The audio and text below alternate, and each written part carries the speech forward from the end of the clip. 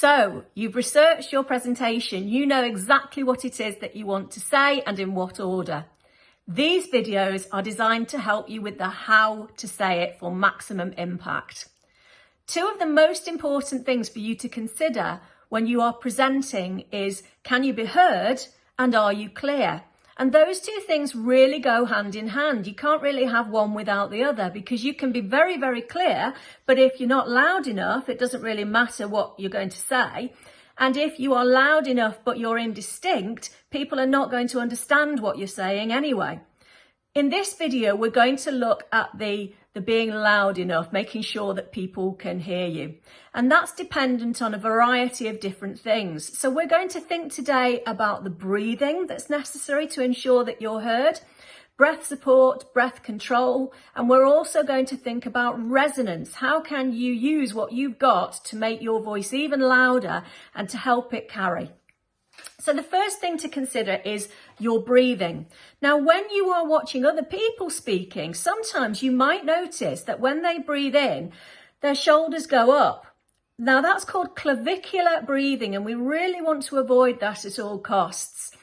What's happening there is that the person who is breathing in is just breathing into the top part of their lungs. So they're not filling up the bottom part of the lungs, and that really doesn't give the force that's needed in order to project the voice.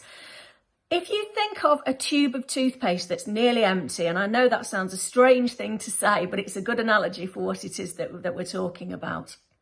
If you think of this empty tube of toothpaste and somebody goes to squeeze it near the top, not an awful lot of toothpaste is going to come out, even though there's actually quite a bit of toothpaste left in the tube. However, if you squeeze that toothpaste from the bottom, what you're going to find is that suddenly a lot of toothpaste is going to come out of that tube. And it's very, very like that with your breathing.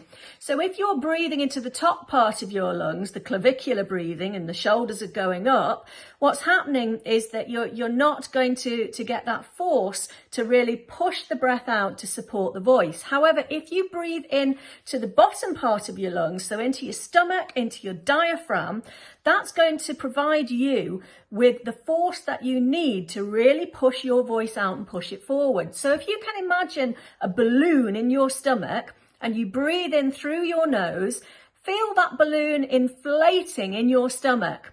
And then when you start to speak, I want you to use your stomach muscles to squeeze and squeeze and squeeze and push the voice forward. And you will find it's going to carry a lot further when you do that. So that's the first tip. That's something really important to think about.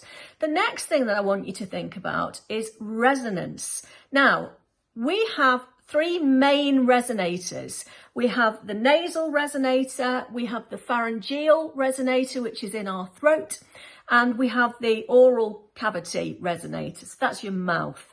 And everybody's voices are slightly different because these shapes and sizes of the resonators are also slightly different. And this is what you're going to use to really bounce the sound out. It's almost like having a built-in microphone that you can switch on when you start to project your voice.